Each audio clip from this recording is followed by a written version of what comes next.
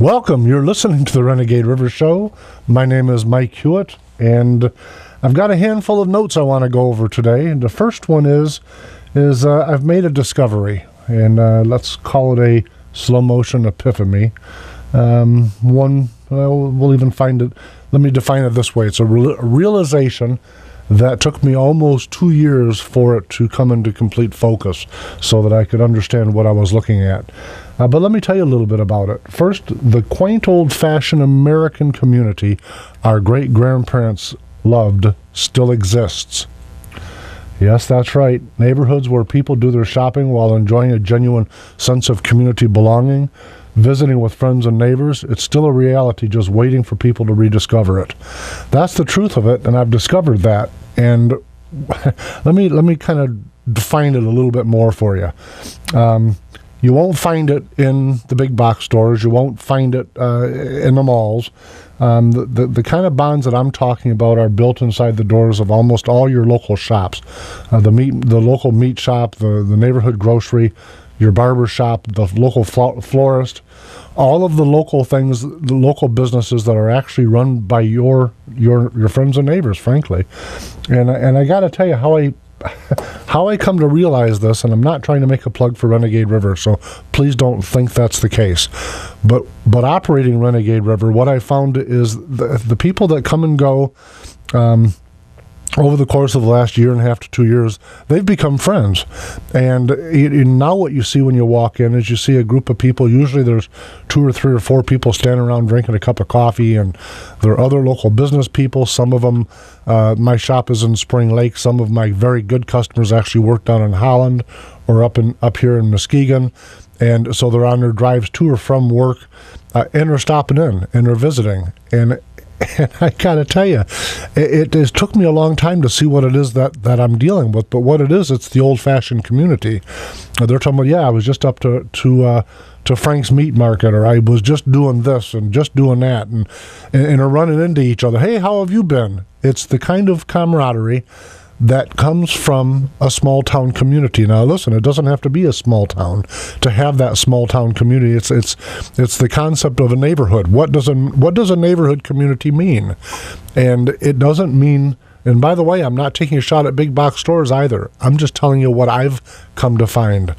I have found that the folks that do business at the small shops, they're running into each other, people that they've known for a long time. They're enjoying coffee, they're enjoying visiting, so their errands are not a chore. They're not running and waiting in some big gigantic line thinking they're going to save a nickel. And speaking of nickels, for decades we've kind of been programmed to believe that we might save a nickel or a dime by shrugging off all of what was. And the reality of it is that that's really not the case. And in fact, in most cases, that effort for us to save a dime, it actually cost us more. And I'm not certain that we've that made a whole bunch of sense to for our way of doing things. I just, for me, it's been a much better trade. It's been an education for me. And on that note, what I wanted to do is talk a little bit wait a minute, I've got a guest that's just showed up. How you doing, Mike? Frank Pfaff, Mike Hewitt. Good to be here. Nice to make it. How were the roads? Awful. Were they bad? I got lost once. Black ice? And black ice, and I had a fishtail too. Okay. Yep. When I was coming up here from Grand Haven, for me the roads felt like they were wet, dry, or wet, not icy, not snow covered, but I did see a couple of people that were freshly in the drink, so that told me that it is frozen over in most places, so we've got a lot of black ice. So if you're out there, be careful. Okay. Well, listen, you got here just as I was going through my community neighborhood rant. And I don't know if you caught enough of it, but all jokes aside, I want to touch on it just before we move into your candidacy. Have you ever had the opportunity of being part of a neighborhood community where you go to the local shops and you're running into people that you've grown up with or went to school with, or people that live down the street from you? It is such a different climate than going over to a large box store and standing in line to save a dime. Absolutely, and we need to support those businesses. I mean, small businesses, they're making Michigan run. Yeah, and you know the irony to it is that one of the things I've learned is that there's I think there's a stigma that says if I have to support these people that are running these businesses, they feel like it's a contribution or a donation, and the reality of it is that most of them are actually cheaper. They are. The T-shirt I'm wearing. Yep. Frank Pfaff for 73rd District. That's what it says, Frank Pfaff for 73rd District. I have my T-shirts done through a Rockford businessman. Yep. Brock Conkley. Sure. And he has treated me so nicely. And the thing is, you support the local community and you build a relationship, and then he introduces me to other people in the community. And that's how you just fan out. You meet more people, and you really get to know what's going on the ground. Well, what caused me to really, because if you see I had it on here anyways today, even though I knew that you had the risk of running into some problems, but what caused me to really want to dig into this is that it was I'm standing there in my shop, and in fact there's a picture on Facebook for the Renegade River, the shop. There's a picture on Facebook. There's two fellas that are sitting at a little coffee table, and by the way, it's a retail sports shop, so you don't expect a coffee shop a coffee table to be sitting there, but there is one, and it's right underneath Elmer the elk. There's an elk mount up on the wall. These two fellows are sitting there shooting a breeze. They come in about once a week. They do a fair amount of business with me. The picture's on Facebook now, but I tell you, because I'm looking at the picture, thinking, you're never, and again, I'm not taking a shot at the big box stores. I'm a capitalist through and through, and so good for them for their success. But when I'm looking at that picture saying, that's the kind of environment that, because of my political involvement, people think is gone. They think, America's changed. And it's not true. The America that our great-grandparents had, it's still here. We just got to decide if we want to take part in it or not. I agree with that. It's just that the media doesn't show the small businesses. Everything's about the big box and how they did for Christmas and this and that. The mainstream media is not going to go to too many local businesses because it just doesn't make for a national story. It doesn't, and frankly, Renegade River as a retail sports center is not exactly politically correct. I've got a federal firearms license, so there's some media that won't do business with me because I have firearms sales. Out in the front porch, and I've got the old-fashioned downtown windows, and you saw Santa Claus and Mrs. Claus in the front window through the Christmas season, and right beside them was Merry Christmas, not Happy Holidays. So that's not the kind of store that some of the media, and listen, I don't want to paint with a wide brush, because technically I think I'm part of the media, and so I got to be a little bit careful when I paint with such a wide brush. But there's a lot of media that resents the heck out of stores like me for existing, and I'm loving it. And the more I learn about it, and the more I've built relationships with these people. It's not just customers. You're not customer 125341-2.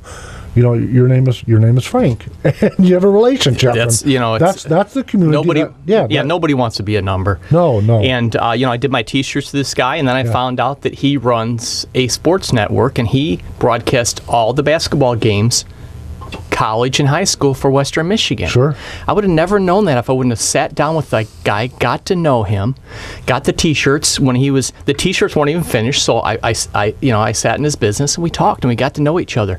You have to build these personal relationships, and that's what's being lost at the state and federal level. You don't have these personal relationships. Yeah, and I'm glad you said that, because we're gonna dive right into your campaign, because I thoroughly agree with you. The concept that this world that I'm trying to describe today doesn't exist.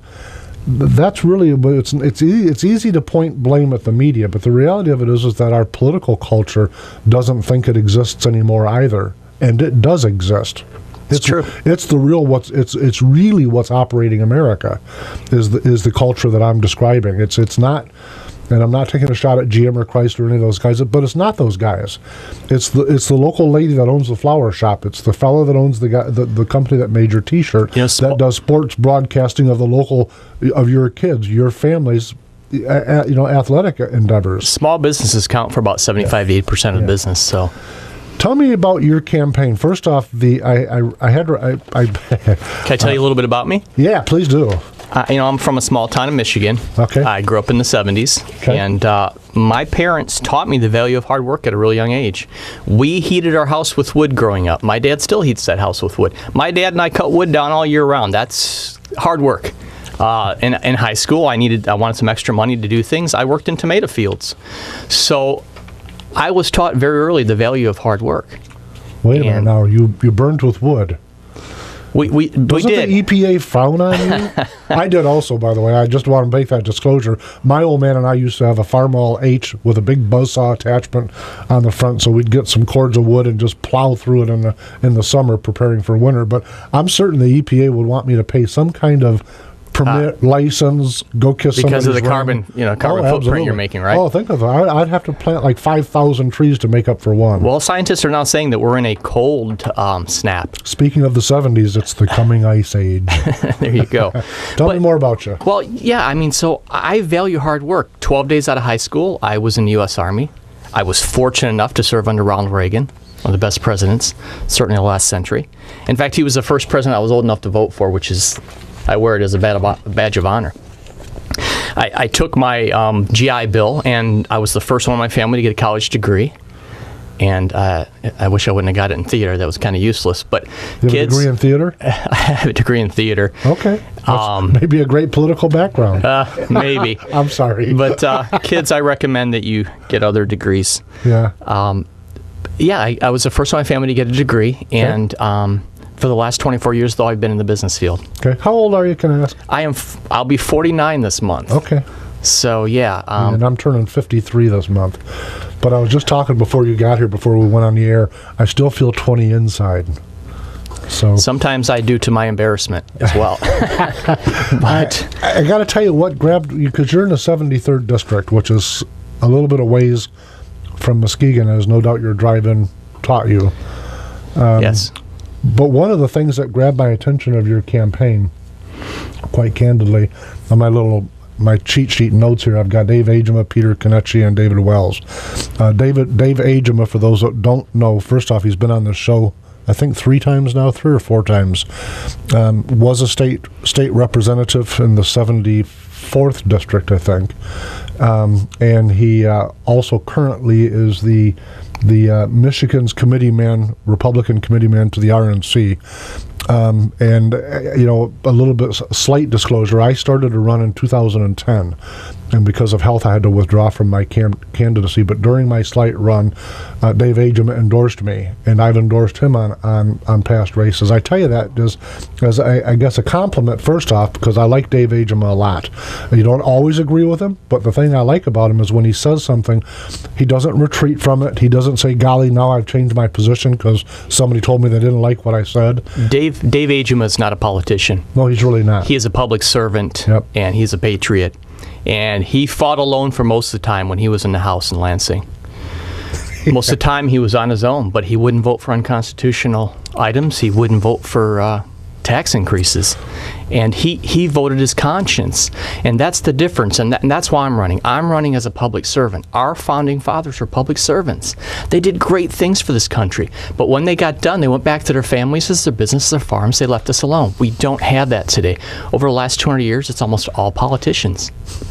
One of the things that Dave Agema is pushing for pretty heartily is a part-time legislation. And I have to tell you, I challenged an incumbent for the sake of saying, don't do that, I'm watching, back in 2004. The idea wasn't to win, it was to say, people are watching, you can't do that. Now, that was before the Tea Party, before.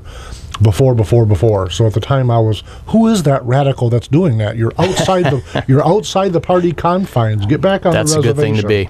And, I am a Republican. Having said that, I'm a Republican that supported the platform, not a Republican that supported the platform when it was really, really convenient, not so much when it's not. And so that's the kind of stand. And so I share that with Dave.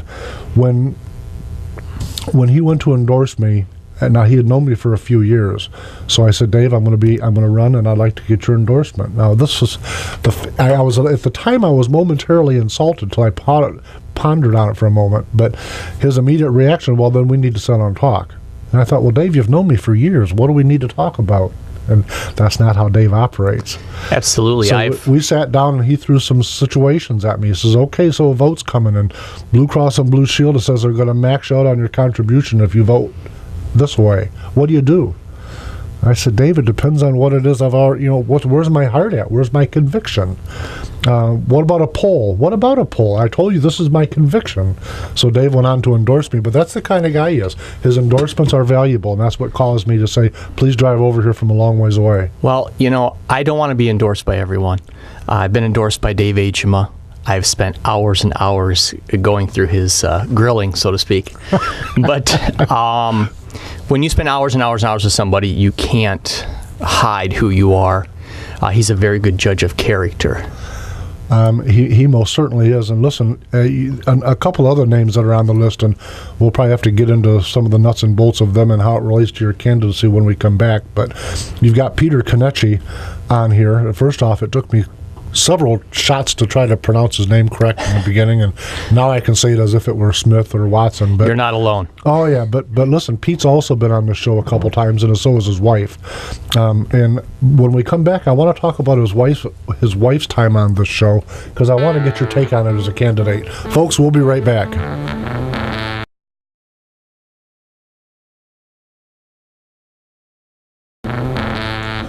We're back. You're listening to the Renegade River Show. My name is Mike Hewitt, and we're in today with Frank Pfaff, who is a candidate for the State House of Representatives in Michigan, 73rd House District.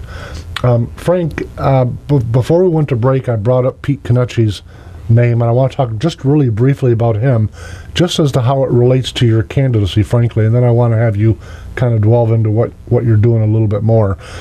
Pete Konieczny's been on the show a couple times in his as a candidate once, and then another time as an entrepreneur. And we've also had Shauna on, his wife. Now, you've met her. Yes, I have. Yeah, I'm terrible with names, by the way. I had to practice that over and over before we actually went on the air that day. Her story is really, just give me 60 seconds and then we're going to get back into your campaign. Oh, absolutely. When I had her on the air, first off, to give an interview on the radio in your second language, I found incredible. I really did. I was told by a few people, well, she was a little bit slow. I thought, wait a minute. She's giving an interview, and she's never done it before. She's on the telephone, not in person, which makes it harder. And she's giving an interview in English, and she's didn't even begin to learn it until her 30s. I'm thoroughly impressed with this lady. So we have 3 segments on the Renegade River Show. The first segment, she was telling me about what it was like as a young child in the Soviet Union. And then in the second segment, she was talking about her education, what it was to be a teenager, a young mother, up into her 30s in the Soviet Union. And folks that were not familiar with Zhanna Konieczny, she left the Soviet Union.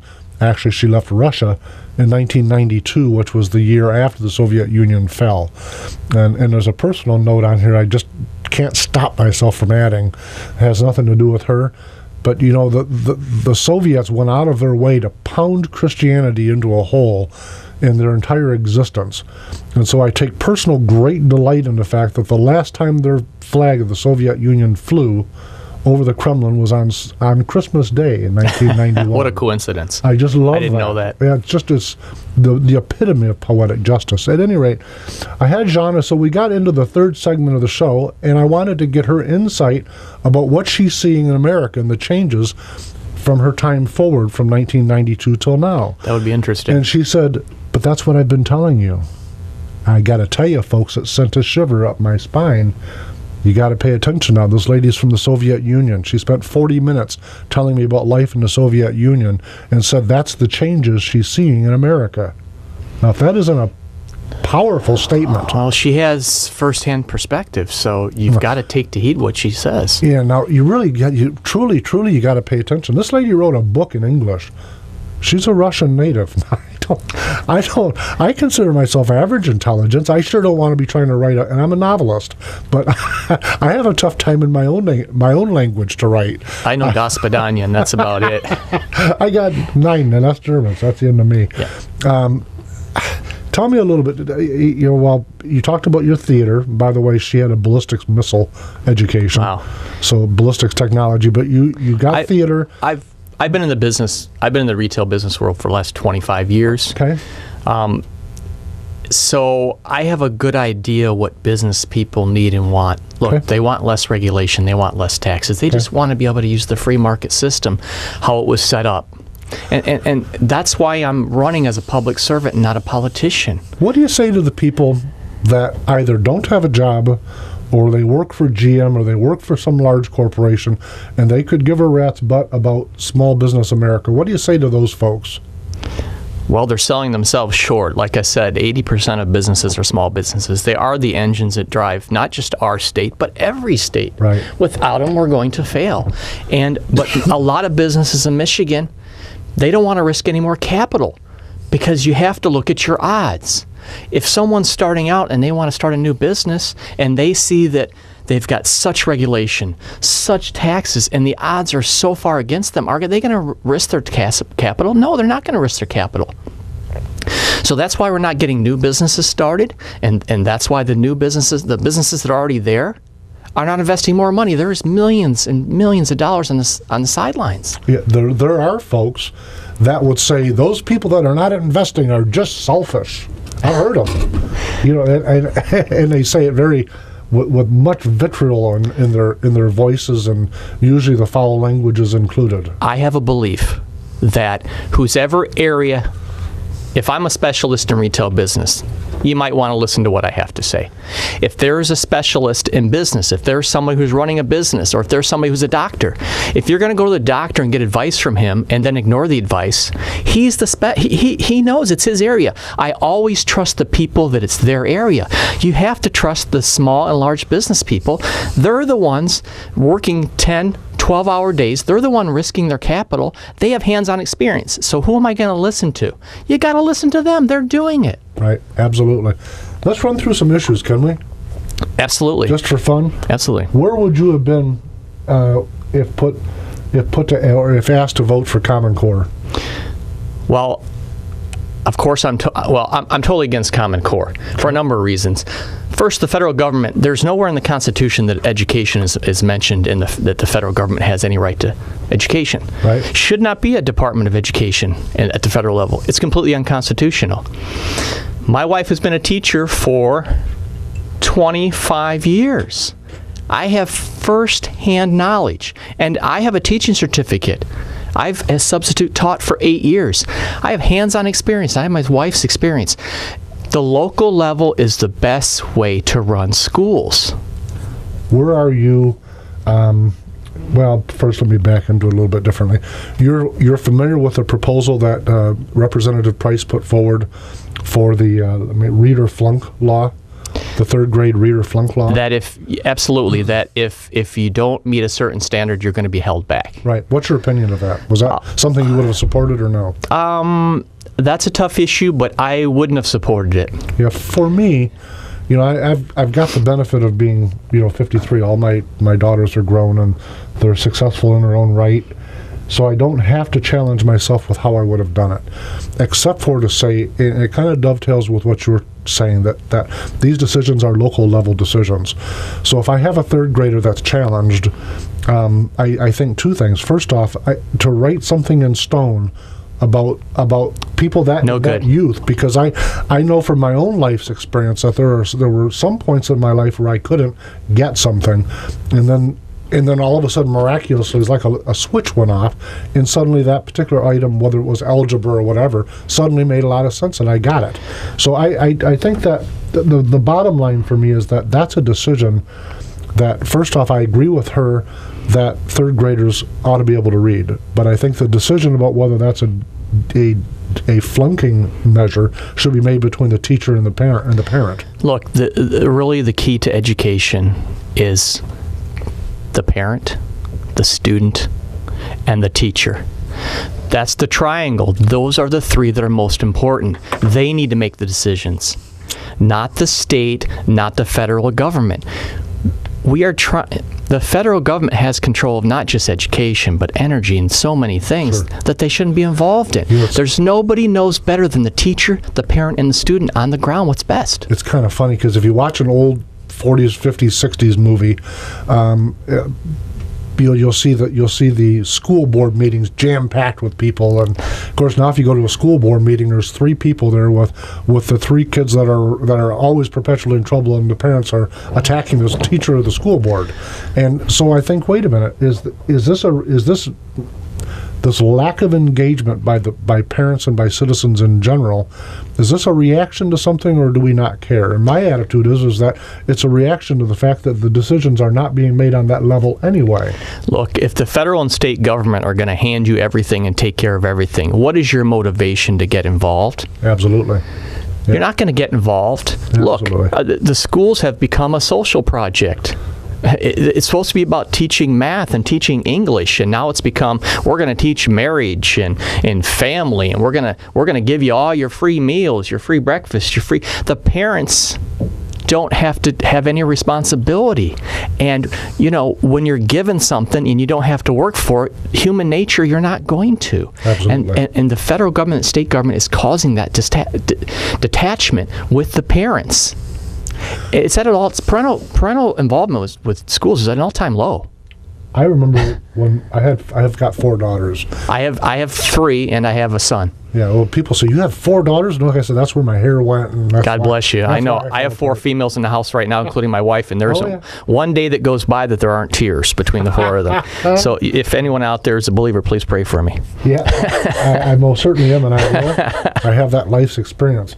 But listen, when I going through school, I was very involved, whether they liked it, and specifically whether the faculty liked it or not. I remember the assistant principal at Grand Haven High. I'm dealing with my last daughter. Mike, do you have any more daughters left? Is this it? And I thought, wait a minute. I thought you folks complained, and the reason that you justified the perpetually lower SAT scores, you always blame it on the parents and not the schools. But when you actually have parents that are wanting to be engaged, you push them away. And I don't think that that's just Grand Haven, because it's not. It's an American dysfunction in my mind. But let's change gears a little bit. Can I mention one thing real quick? Oh, certainly. The federal government and state government, the more they become involved with education or anything, the more the responsibility is taken away from the individual and the more freedoms you're giving away. People think they can trade things, but when they trade things, they're actually giving away a piece of their freedom every time. It's kind of like I was talking about with the neighborhoods. We've been convinced that we could save a dime by giving away our neighborhood communities. And that's just not a reality. We didn't save a dime. But and as far as testing, there should be testing. People need to be held accountable. But hey, instead of the federal government setting up the test or the state government, what about those teachers that teach every day? What a concept. Could they maybe set up the testing? Yeah, to me there's irony. There's so much irony in the school system in total. And listen, I don't blame it on the school system. I blame it on state legislators and in Washington, D.C., not the teachers. I may not agree with most of the teachers ideologically, but I think that their mission is correct. The path that they're chosen to get there may be. I don't think that 10 years later, your wife could probably address this way better than me, but I think 10 years after she graduated from school, she'd find that her mission has been changed tremendously by marching orders from state and federal legislators. Well, my wife is definitely a minority as a teacher. No question about it. She's a conservative and very independent-minded, and she can do so much, and she can push it so far, but you have to work as well. When I look at the junior high and the high school level, and you can look at some statistics, because some of it's just math. You've got a graduation rate of higher education in Michigan of about 25%. You have a curriculum for pre-college or preparatory college classes in high school and junior high over 90%. You have a vocational technical center that is used to dump children that are not academically driven rather than to create a trade school function. Which we completely need because we're completely devoid of a trade school function. There's no apprenticeships, there's no nothing. College is great for some people, right, but it's not for everyone. It's not the solution. College is for some, but a lot of jobs are not college jobs. Right. You're going to have jobs that you don't go to college for, that you can earn money for, that are great jobs. No question about it. We have to explore all those avenues. It's like with school. We need choice. We need, these schools. If they're a school of choice, then you have to perform as a school, or guess what? The people are going to go away. Where are you on gun control? There shouldn't be any gun control. Second Amendment says everything there needs to be said, starting, beginning, and end. We have a right to bear arms. There should be no limitation on ammunition. That's an easy one for me. I served, so I means you're on somebody's watch list right out of the gates. It is what it is. But the thing is, when you think of the political culture in Washington, they literally are the first people they're thinking who may become a terrorist is those who have served, which I find just utterly fascinating backwards logic. Well, it doesn't surprise me because people who served are treated the worst in our society. Right. Veterans are treated the worst in our society. This last budget cut at the federal level, who got the budget cut? Only the veterans. They cut their money. They even cut disabled veterans' money. So people who serve are looked at by the federal government as disposable. They are the most honorable patriots you have, and of course, they are treated the worst in our society. I'm a little passionate about that. I served, so that one gets me. Can you give me like a 1 or 2 or 3 sentence summarization of what you think the role of government is? Probably not. No, I'm just kidding. My wife says I can't give 3 sentences on anything. But the role of federal government or state government? You decide. It's your question. Well, the state government is to provide for it's a moral position. They shouldn't reflect just the values of the society if the society wants to go with stuff that's immoral. They should protect, and they should do the will of the people if the will of the people is not destructive. Like there's certain moral issues that, you can't, it's hard to legislate morality. I don't think that's possible. It's what I was thinking when you were saying that, to be honest with you. You can't legislate morality. Right. You just can't. Look, for me, my platform's real easy, Mike, getting off the topic just a little bit. God first. His laws are unquestionable. Okay. Second, the Constitution.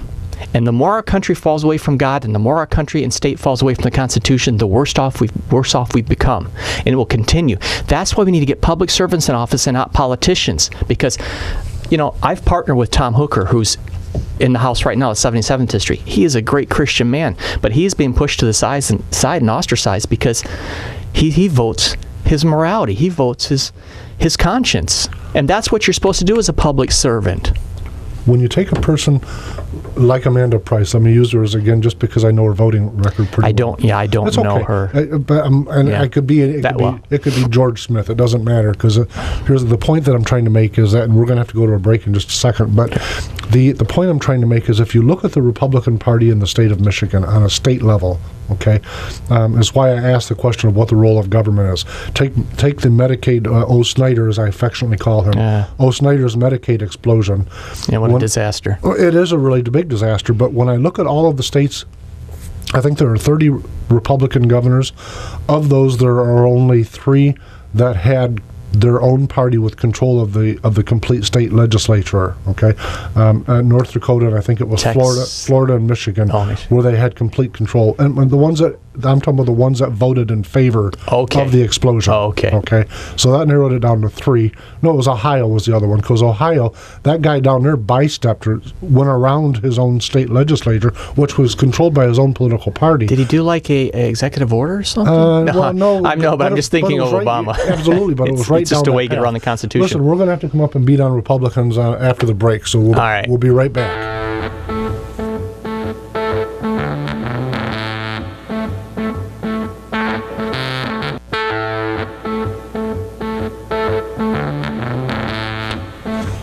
Welcome back. You're listening to the Renegade River Show. My name is Mike Hewitt, and we're in today with Frank Pfaff, who is a candidate for Michigan's State House. And I actually pronounce it Pfaff, but Pfaff? Call me anything but late for dinner, and you're okay. Pfaff.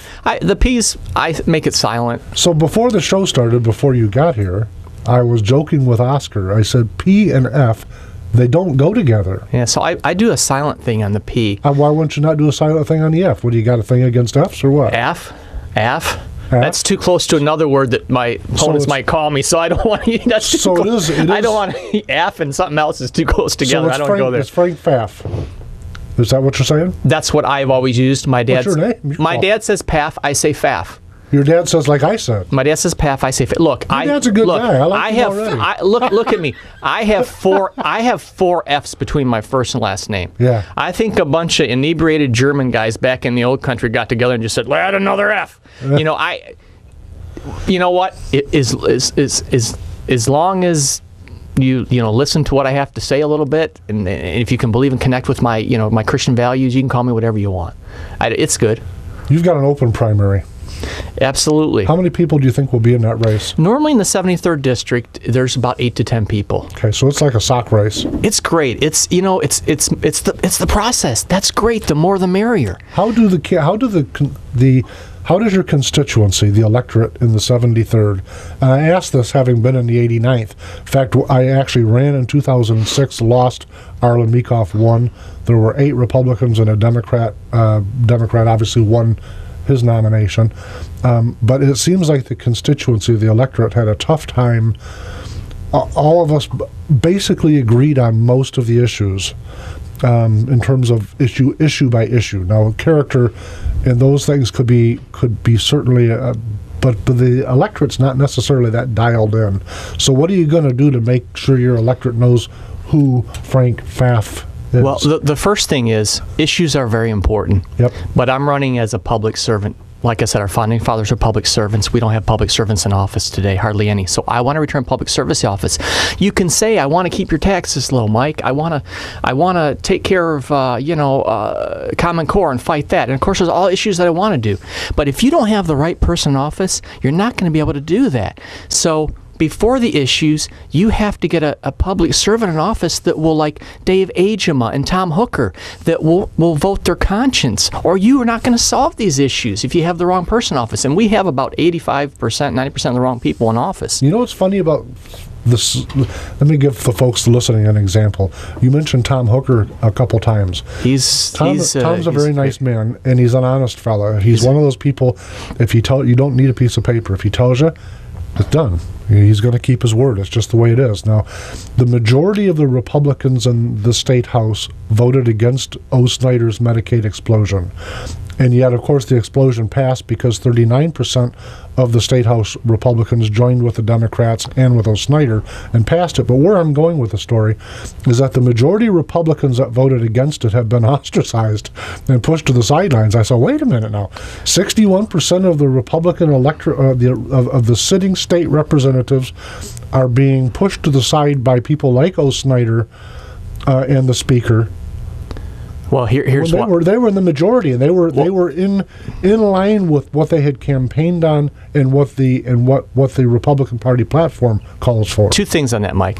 First of all, the establishment party owns most of the media, so the media drives that they've been pushed to the side. That's partly media driven. Second of all, the electorate is with the people who voted against it, and the fact that it was even passed, that we should have had any of those Republicans voting with the Democrats, that's a disgrace and it's dishonorable. To put 500,000 more people on the doles, do you need to vote for Medicaid expansion up to 258% of the poverty level? Who need 250? Look, if you're poverty, you get the Medicaid. You're a little over poverty, good, get the Medicaid. 258 times the poverty level, are you going to get Medicaid?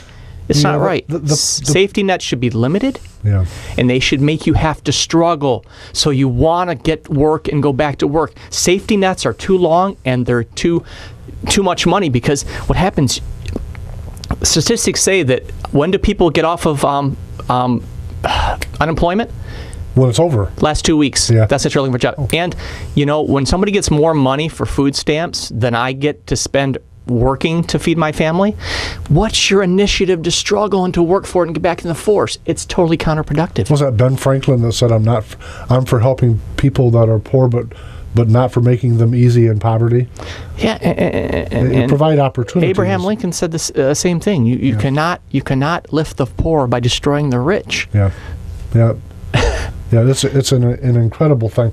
Let me ask you, if you had a let's say your district currently had somebody in it. Let's just pretend for a minute, and that person happened to be extremely moderate or Democrat in voting record. Would you primary that person? Is that something that's within your realm of consideration? You have to. I ask because once upon a time when I primaried somebody, I remember the establishment, as you referred to it, pushed back on me extremely hard. I mean, it was like I had done something really absolutely over the top. It's a fine line. I started as a precinct delegate, working for Kent County GOP in 2009. Right. And I got a lot of great grassroots experience. Sure. And some of the people in the establishment are good. Yeah. But That's there's true. too much control. That's very true, and I got to tell you on that point, and just to make it clear for the listeners too, the person that I challenged back in 2004 in the primary, she was an incumbent, I was a challenger. The party pushed back on me hard. Now, having said that, it's important for me to dovetail this. I consider her a personal friend now. My primary challenge was not an attack, and in fact, she's been on this show before a couple different times. So it's not one of those things where this is a personal thing. This is me saying, these are the things you said. We have if we have such a great system. We are so blessed in this state, in this country. We have an incredible system. The problem is nobody wants to use the system anymore. Nobody wants to follow the Constitution and follow free market. But when you do, it is just a beautiful thing. Did you see that case in California where the Supreme Court of California said yes, that the illegal can practice law in California? Well, Mike, I lived in California for 16 years. Okay. I took my degree in theater. Okay. I packed up my car and I drove there on my own. Okay. And pursued, that dream then. Now, California still wasn't part of the union. So did you sneak it across the border into California? Or? A lot of people in California sneak across the border, but that's I get myself in trouble. But look, California is a microcosm of what's wrong with the United States today. Yeah, I agree with that. The programs are bankrupting them. Nobody wants to sacrifice. Everybody lives like they're a movie star out there. I have firsthand experience. If you want to know what's happening in this country, I can't have time to tell you about it now, but I had 16 years in California, and I saw it firsthand, and it was just ridiculous. You can't do business there. Now, the irony to it is the people from Sacramento, I think I'm putting it the right, the north half of the north probably third of the state are trying to secede from the state. They want to form their own state because they want to get away from the fruits and the nuts. The fruits and the nuts control about 75-80%, so that's never going to happen. What we need to do in every state, and well as ours, we need to work within the state constitution, the federal constitution, and we need to practice what God's. Look, I'm not going to vote for something in the legislation, unless it's first. It's God. If it doesn't pass God's test, okay, I'm not going to vote for it. If it's not constitutional, I'm not going to vote for it. And if it puts a larger tax burden, or it's redundant, I'm not going to vote for it. So it's real easy for me. When you talk about things like that, it reminds me when we went to break, we were talking about the Medicaid explosion. And aside from all of the things that Ben Franklin and Washington and Lincoln said and all... I've read many books on Ben Franklin. He's one of my favorites. He really is. But just common sense, when you look at it, you say this is actually going to hurt the people that it's trying to help. And all of the citizens in total will enjoy about a minimum of a 5% bump in their health and in the cost of their health care. But all of that aside, let's just pretend we don't want to pay attention to detail. It's unfunded. They have one shot of federal funds, and when that's over with, the program will still be there. It's an $880 million initial funding. That money will be sucked up like... The federal government doesn't have any money. No. We're printing money we don't have. Right. So how are they going to pay for it? And then let's say they pay for it. They'll pay for it with money they don't have. But then after 2 to 3 years, the burden goes 100% on the states. A lot of the folks that campaigned for that and that voted for, I'm going to say campaign is a strong word, a lot of the folks that slipped around in the dark and voted for the Medicaid explosion were put there by Tea Party people. They campaigned at Tea Parties and sought the help of Tea Parties because they called themselves fiscally conservative Christians. Yeah. And I'm not casting a stone, but do what you said you were going to do, is all I ask. Look, is that the kind of fellow you are? You're going to do what you said you're going to do? I just don't know any other way. I would be embarrassed not to do the right thing. Even taking money from people to run, which I have to, if I don't win this, I feel like I've let them down. And the fact is, I'm really tight with my money, but some people are loose with their money. That's their deal. But when you're loose with other people's money, that is a disgrace. You should be tighter with other people's money. Look, it's not our money anyways. It's God's money. We're supposed to be good stewards of God's money. Do you know Representative Shirky? Talk about abortion. Shirky, Representative Shirky. I mean, I've heard, but he's the guy that spearheaded it. He was at a Tea Party, actually an event I moderated, and one of the fellows asked him, one of the attendants there asked him, how do you justify morally taking our money and giving it to somebody else. But listen, that's another topic. Let's end up on the last thing. Where are you at on abortion? Well, I call it the defense of life because I can't even stand that word. It just has I don't know, kind of a weird feeling for me. I'm against it except for saving the mother's life. Okay. That's it. I have a personal experience. My wife and I, she became pregnant with our fourth child, and due to a genetic defect, we knew that the child would not probably make it to term or would die shortly after. Right. But our beliefs were that every life has value, and we had our baby to term. And it doesn't matter whether you live 100 years or 100 minutes like our baby did. Every life is a gift from God, and it's just an inconvenience to people. Well, inconvenience is when I get a flat tire, I go to the store and they're out of my favorite ice cream. Inconvenience is not killing one of the most innocent persons in the world. The mother's responsibility is to protect that child in the womb. And that's why I want to, if I get into office, if that's God's blessing and he wants me there, that I want to co-sponsor the heartbeat bill with Tom Hooker. Okay, very good. If it has a heartbeat, you can't destroy the baby. You can't abort. We got one final minute. Is there any other issues that you're going to do when you get there? Well, I'm a veteran. I have volunteered at the Grand Rapids Home for Vets for the last 5 years, and I want to get on the Veterans the Veterans Committee, because I have firsthand experience what goes on there, and there are some great things, and there are some things I'd like to see change. So I would like to champion that cause to make sure our veterans our veterans who are at most need in their life are taken care of. So a lot of people are doing great things over there, and there's room for improvement. So I'd like to get in that committee. Very, very nice. Frank Pfaff, I appreciate you driving out here. Or Pfaff, either way. Go to my website, frankpfaff.com, and see if you can connect. If you connect with my values, if you can throw me a 5 or a 20. I need money for signs, but I'll spend your money frugally. Very good. Thank you very much, Frank. Thank you, Folks, Mike. We'll see you next Sunday.